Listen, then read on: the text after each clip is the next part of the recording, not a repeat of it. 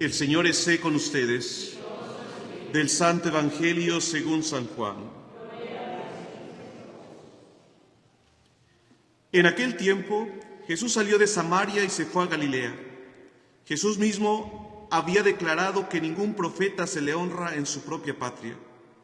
Cuando llegó, los galileos lo recibieron bien, porque habían visto todo lo que él había hecho en Jerusalén durante la fiesta, pues también ellos habían estado ahí.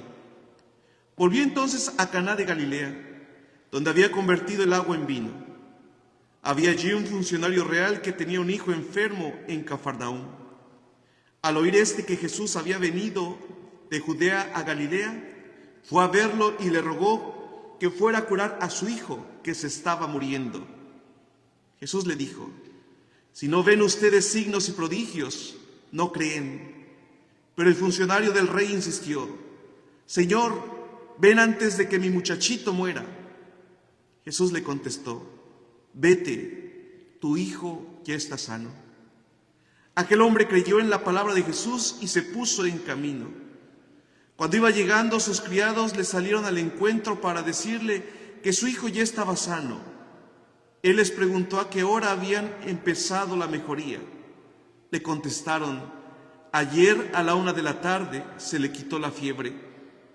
El padre reconoció que esa misma hora Jesús le había dicho: tu hijo ya está sano, y creyó con todos los de su casa. Este fue el segundo signo que hizo Jesús al volver de Judea a Galilea. Palabra del Señor. Siéntense un momento, por favor. Hermanos, dos ideas quiero compartir con ustedes acerca de la palabra de Dios hoy. En la primera lectura se nos presenta un funcionario real. No lo dice el texto, pero naturalmente podemos inferir que era un hombre poderoso, rico, influyente y seguramente con mucha gente bajo su cargo, con mucha autoridad. Sin embargo, fíjense, la autoridad, el poder, el dinero, las propiedades son absolutamente nada frente a una enfermedad, frente a la muerte. Esta es, hermanos, la primera lección para cada uno de nosotros. No nos aferremos a lo material, a lo humano, al poder, a la influencia. Todos, absolutamente todos, hermanos, un día vamos a estar delante del Señor. Frente a la enfermedad, frente a la muerte, frente a un accidente, no vale ni siquiera que seas el hombre más poderoso del mundo. Una vez leyendo un artículo, en México, un hombre, un empresario poderosísimo, dueño de una cadena de hospitales, los mejores del país, murió en uno de sus hospitales, teniendo todo lo mejor para ser atendido. Frente a la muerte, todos somos del mismo barro. Esto es una realidad humana. Y esto en este tiempo de Cuaresma nos tiene que recordar esta verdad fundamental. Somos polvo, somos tierra. Y ese es nuestro destino. Pero hay algo que no pasa, que es eterno, que permanece. Y ese es Dios. Preguntémonos en este momento: ¿de dónde estás tú agarrado? ¿Cuáles son tus seguridades? ¿Dónde está puesta tu confianza? Vemos cómo este encuentro se da con Jesús. Este funcionario va en búsqueda de aquel que sí tiene poder para resolver sus necesidades. Va en busca de un profeta humilde, de un predicador callejero. Imagínense la escena. Este hombre funcionario seguramente lleva sus guaruras o lleva un par de sirvientes a su servicio. Cuando se va acercando a Jesús, más de uno comentó: miren quién viene. Shh, cuidado, no, quítense. Frente a una necesidad de este tipo, hermanos, todos somos iguales. No vale ni el rico, ni el pobre, ni el poderoso, ni el joven, ni el viejo, ni el niño. Todos somos vulnerables. Señor, mi hijo está muriendo. Y entonces viene el reproche de Jesús: si no ven ustedes signos y prodigios, no creen. Ese reproche para este hombre y para esa gente también es para nosotros. ¿Por qué muchas veces, hermanos, para creer pedimos una señal? ¿Por qué muchas veces simplemente no podemos confiar en el poder, la misericordia de Dios? ¿Por qué muchas veces incluso en nuestra relación con Dios, en nuestra oración le pedimos, Señor, mándame una prueba? Quiero creer, queremos ver signos y prodigios. Y fíjense cómo muchas veces esta necesidad humana se ve explotada por los mercaderes de la religión. ¿Cuánta gente se pierde o se cambia de religión o abandona la iglesia católica, la iglesia de Cristo, porque va en búsqueda de milagros, va a buscar prodigios? ¿Cuánta gente nuestra prostituye su fe? Se va con el brujo, se va con el curandero, se va ahí donde le dan soluciones rápidas. Ustedes me platicaban en forma de chismecito. Padre, ¿conoce una fulana de tal, bla, bla, bla? Me dijeron, creo que sí, más o menos conozco a la señora. Antes venía a misa. No, hombre, pues se fue a ver un brujo a California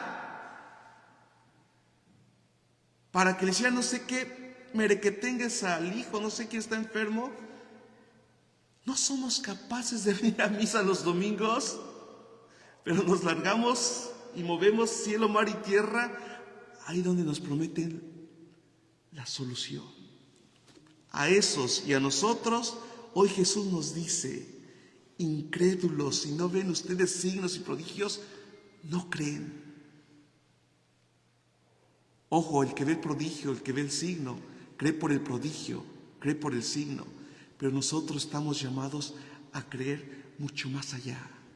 La fe es la confianza en Dios a pesar de las circunstancias, a pesar de que todo pueda parecer adverso. Me viene ahorita a la mente Abraham, nuestro padre en la fe.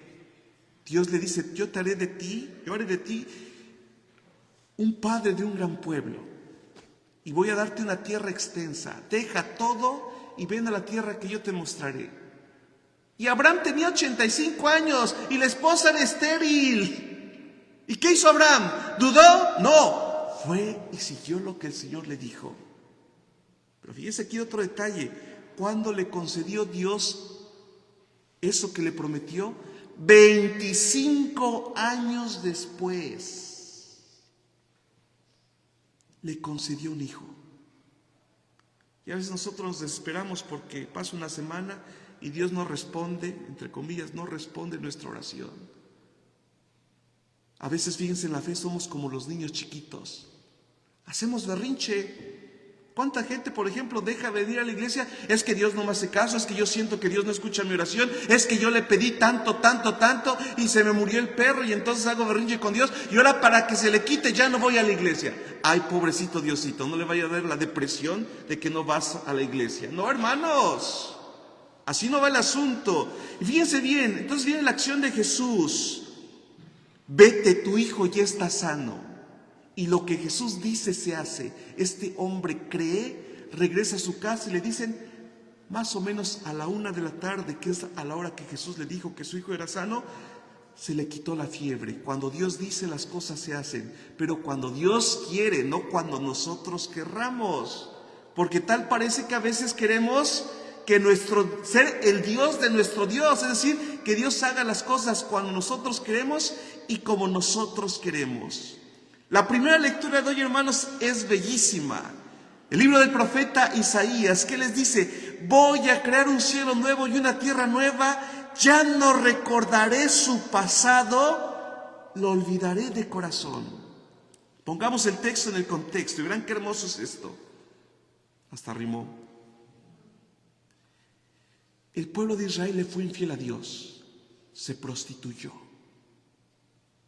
Llegó a la tierra prometida, comenzó a construir la ciudad, les empezó a ir bien, mucho cultivo, ganados, y pronto se olvidaron de Dios, tomaron sus propias seguridades.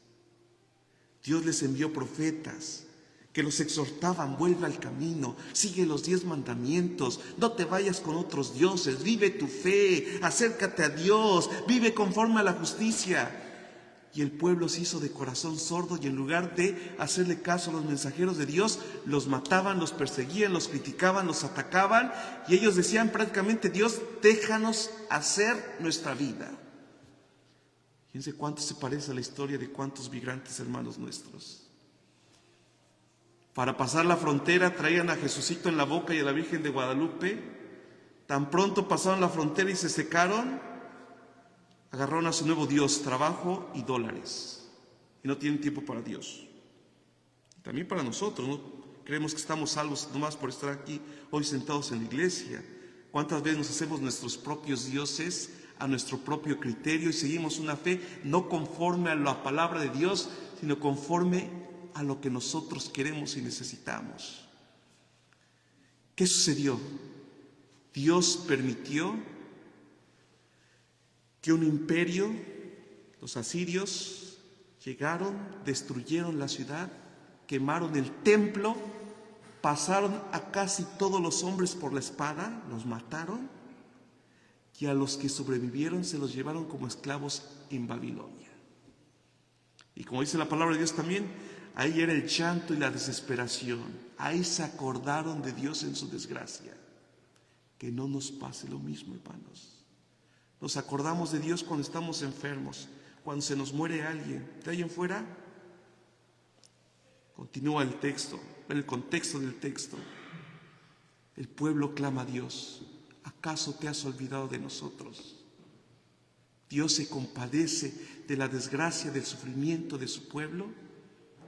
Y a Ciro, un rey extranjero, Dios le ordena: libera a mi pueblo, déjalos ir a Jerusalén. Cuando llegan a Jerusalén, ¿qué se encuentran? Pues peor que si ustedes regresaran a su pueblo después de 20, 30 años. Ustedes llegan y ya ven las calles pavimentadas, ¿no? Ya casas de 2, 3 pisos, ya todo progresado. No. Estos se encontraron a Jerusalén destruida. Van a buscar a sus familias, se encuentran que ya están muertos. Obviamente no había WhatsApp para decir: no, se murió el tío fulano de tal, reza por él. No.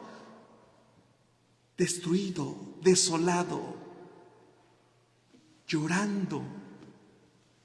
La gente le dice al Señor: ¿qué pasó? Y fíjense cómo Dios es tan bueno. A pesar del rechazo del pueblo hacia Dios, a pesar de que el pueblo había ofendido a Dios a través de su pecado, a pesar de que el pueblo había tenido cabeza dura y habían sido testarudos para seguir el camino del Señor, la actitud de Dios es de perdón, de amor, de consuelo. Les dice: voy a crear un cielo nuevo y una tierra nueva. Todo esto que ven, todo esto destruido, no es más que sombra de lo que yo les voy a dar si ustedes creen y obedecen. Esto es bellísimo, hermanos.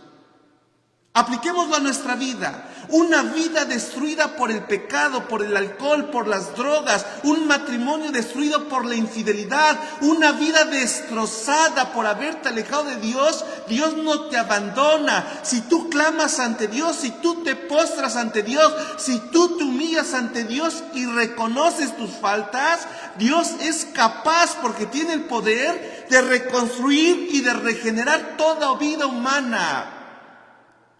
Y el término que usa aquí es bellísimo. No solamente otro cielo, otra tierra, sino un cielo nuevo, una tierra nueva. Fíjense bien, y esto se realiza en los sacramentos. Por ejemplo, piensa ahora mismo en el sacramento de la reconciliación. Cuando una persona de verdad reconoce sus pecados, se da cuenta de lo que ha sido su vida, se arrepiente y de rodillas implora a Dios, Dios regenera esa persona desde lo más profundo de su ser. Y entonces cumple esta palabra: vente, yo te perdono, voy a hacer de ti una criatura nueva. No recordaré lo pasado. Así dice el texto: no recordaré tu pasado, lo olvidaré de todo corazón. Hermanos, ese es Dios. Ese es Dios.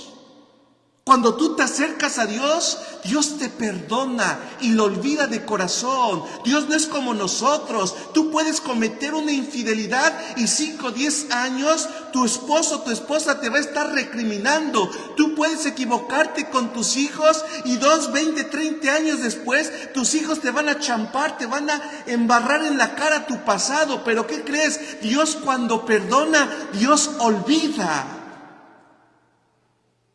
Y esto, hermanos, es liberador. Cuando tú te das cuenta que Dios crea de ti un ser nuevo, es una invitación para acercarte a Él. para dejarte transformar por Él.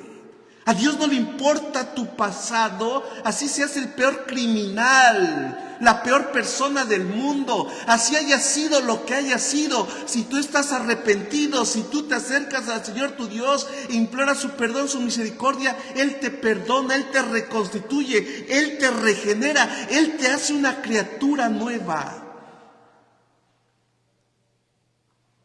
Pidámosle, hermanos, al Señor esta gracia. Señor, en nuestra vida hemos sido testarudos.